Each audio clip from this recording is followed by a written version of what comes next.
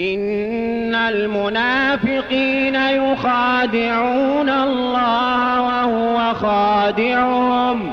وإذا قاموا إلى الصلاة قاموا كسالى يراءون الناس ولا يذكرون الله إلا قليلا مذبذبين بين ذلك لا إلى هؤلاء ولا إلى هؤلاء ومن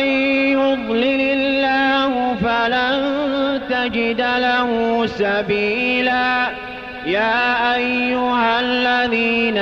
آمنوا لا تتخذوا الكافرين أولياء من دون المؤمنين أتريدون أن تجعلوا لله عليكم سلطانا مبينا إن المنافقين في الدرك الأسفل من النار ولن تجد لهم نصيرا إلا الذين تابوا وأصلحوا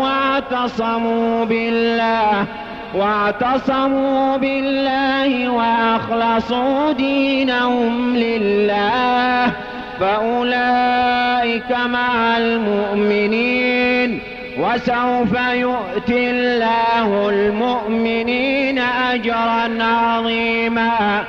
ما يفعل الله بعذابكم إن شكرتم وآمنتم